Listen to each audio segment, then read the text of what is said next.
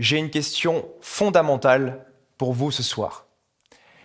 Est-ce que vous croyez au miracle? C'est une question à laquelle je pense que chacun doit se la poser un jour dans sa vie.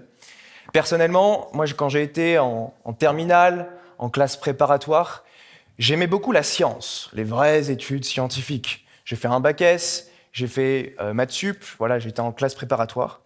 Et j'étais avec mes camarades de classe qui me disaient « Mais Mathieu, toi, t'es chrétien? Tu te dis rationnel? Tu crois vraiment au miracle?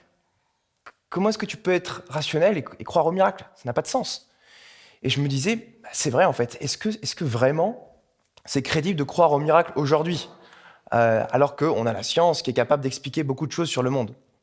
Et donc, à l'âge de l'adolescence, je me suis mis un petit peu à étudier ces miracles. Est-ce qu'il y a de bonnes raisons de croire que des miracles sont vraiment arrivés dans l'histoire du christianisme? Et j'ai vu en faisant ces recherches qu'effectivement, il y avait beaucoup de miracles qui ont été attestés à travers l'histoire.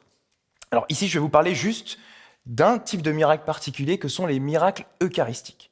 Alors peut-être que certains d'entre vous ont déjà entendu ce terme, mais un miracle eucharistique, ça désigne généralement le fait que pendant la messe, quand l'hostie est consacrée, eh bien, elle peut changer parfois d'apparence et elle peut se transformer en chair humaine et en vrai sang humain.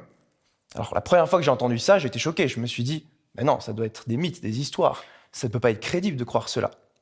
Et en fait, je me suis rendu compte, en étudiant un peu le phénomène, que c'est un phénomène qui a été répertorié énormément dans l'histoire de l'Église. Peut-être que certains d'entre vous connaissent Carlo Acutis, qui vient d'être canonisé. Eh bien, ce jeune saint a répertorié environ 136 miracles eucharistiques qui ont eu lieu à travers l'histoire. Alors évidemment, il y a des récits plus ou moins fiables, plus ou moins anciens. Et donc moi, je voulais vraiment me focaliser sur quels sont les miracles eucharistiques les mieux attestés, les mieux étudiés. Et aujourd'hui, en fait, on a vachement de chance parce que la science est devenue notre allié. La science est capable aujourd'hui de confirmer l'authenticité de certains miracles eucharistiques.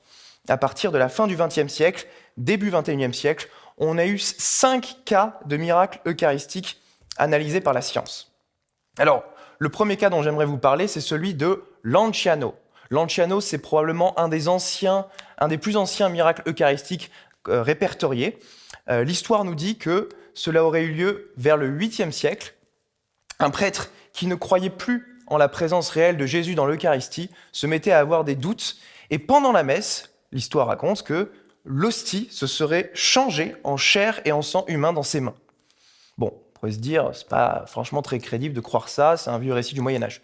Oui, mais cette hostie a été préservée dans un reliquaire qui est à Lanciano aujourd'hui, en Italie.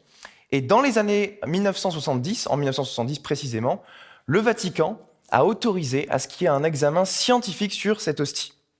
Donc on a fait appel à un spécialiste, un scientifique de renommée mondiale qui s'appelle le docteur Edoardo Linoli, qui était professeur à l'hôpital d'Arezzo en microscopie clinique et qui était spécialiste des tissus cardiaques. Et il s'est mis à étudier cette hostie de Lanciano, qui avait été préservée dans un reliquaire depuis des centaines d'années, depuis à peu près 1000 ans. Et en analysant cette hostie, il donne son rapport le 4 mars 1971, et il dit qu'il a constaté, au fur et à mesure de ces 3 mois de recherche, qu'il y avait bien de la chair humaine avec du vrai sang humain, et que la chair humaine était en particulier un morceau de cœur, un morceau précisément du myocarde et en particulier le ventricule gauche. Alors, ce résultat, il a été confirmé aussi par son associé, le professeur Ruggero Bertelli, qui l'a aidé dans cette analyse. Et toute cette étude a évidemment été publiée dans un journal scientifique de renom. Et vous pouvez retrouver cette analyse scientifique publiée avec les images. Vous pouvez la retrouver en ligne si ça vous intéresse, et dans les revues officielles. Vous allez sur PubMed, vous pourrez retrouver cette étude scientifique qui a été publiée dans une revue officielle. Alors on pourrait se dire, oui, c'est incroyable, mais est-ce que c'est un genre de cas unique ou est-ce qu'il y en a eu d'autres, des miracles comme ça, qui concluent à ce qu'on tombe sur un myocarde et avec du sang humain? Eh bien, figurez-vous qu'il y en a eu d'autres. Il y en a eu d'autres. En 1996, hop, un autre événement similaire se produit. On est à Buenos Aires. En 1996, il y a le père Alejandro Pérez qui célèbre une messe et qui fait tomber une hostie par terre. Selon la procédure catholique, l'hostie est mise dans de l'eau, puis dans le tabernacle. C'est la procédure catholique habituelle, on attend qu'elle se dissolve et que la présence réelle parte. Et 2 semaines plus tard, on réouvre le tabernacle et on constate qu'il y a une tache rougeâtre sur l'hostie. Et on se dit, c'est bizarre, il faudrait quand même analyser ça au plan scientifique. Et donc, une commission d'enquête est lancée pour faire une analyse scientifique sur cette hostie. Elle est lancée en 1999 par le cardinal Bergoglio, qui allait devenir le futur pape François. Donc, le cardinal Bergoglio autorise à ce qu'on lance l'enquête. Et les investigateurs Ricardo Castañón Gómez, Ron Tesoriero et Mike Willsey sont désignés pour réaliser cette investigation. Et ils vont faire appel à des scientifiques à travers le monde pour analyser ce morceau d'hostie. Et ils finissent par analyser l'hostie avec le scientifique Frédéric Zugibe. Alors pourquoi est-ce qu'ils l'ont choisi en particulier lui ? C'est parce qu'à l'époque, en 2004, donc, quand il analysait l'hostie, quelques années plus tard, eh bien, c'était le plus grand expert de pathologie cardiaque de la planète. Il était médecin légiste, spécialiste de pathologie cardiaque et spécialiste de médecine légale. Il avait plus de 10 000 autopsies à son actif, donc c'était vraiment une sommité mondiale dans son domaine.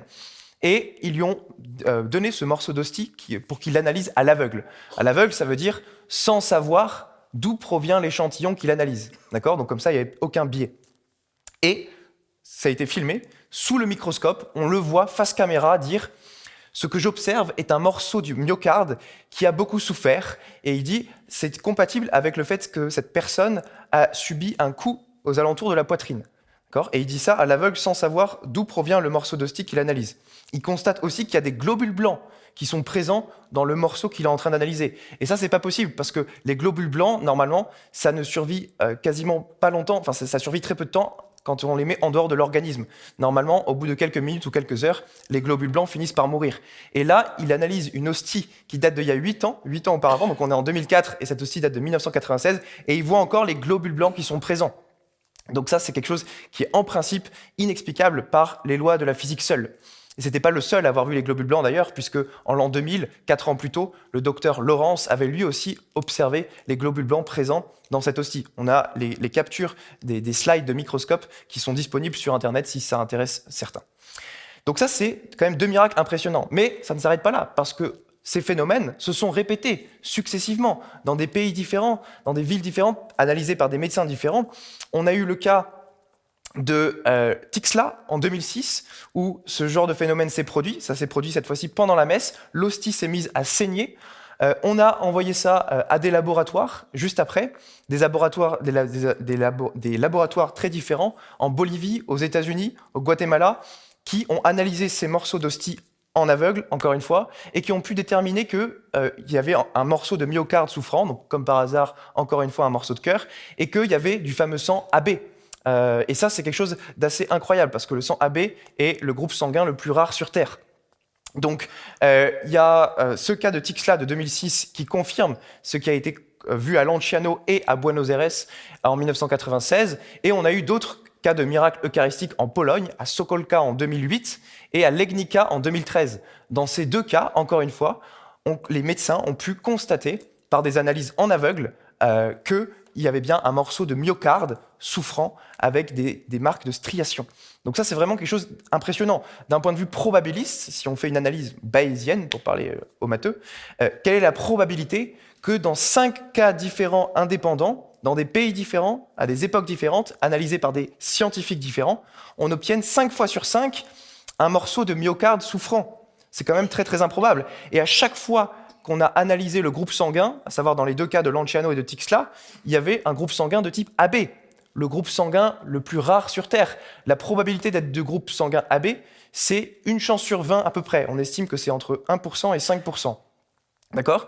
Et donc, la probabilité d'obtenir successivement du groupe sanguin AB, eh ben, c'est très improbable. Surtout que le groupe sanguin AB, on le retrouve aussi sur 3 autres reliques de la Passion du Christ. Le linceul de Turin, le suaire d'Oviedo et la tunique d'Argenteuil. Sur ces 3 linges aussi, on retrouve aussi du sang AB. Donc, on a 5 objets indépendants d'époques différentes où on constate qu'il y a du sang AB présent dessus. Donc, la probabilité d'avoir 5 objets différents indépendants avec du sang AB présent dessus, ben, on peut dire que c'est une chance sur 20, le tout à la puissance 5, ce qui fait une chance sur 3 200 000. Donc c'est quand même très très improbable. Et donc l'hypothèse du miracle ici est d'autant plus renforcée. Donc je dirais que, pour conclure, que les miracles eucharistiques aujourd'hui servent de confirmation de la présence réelle de Jésus dans l'Eucharistie. Et je pense que Dieu nous donne ces signes aujourd'hui pour que nous puissions avoir cette foi qu'il est vraiment présent dans l'hostie consacrée. Et aujourd'hui, les analyses scientifiques vont dans ce sens. Et si vous voulez approfondir ce sujet, je vous invite à acheter le meilleur livre qui a été publié sur la question, le plus rigoureux au plan scientifique, qui est le livre du cardiologue Franco Serafini, qui s'appelle « Un cardiologue rencontre Jésus » et qui vient d'être publié chez Artege en 2025. Je vous remercie.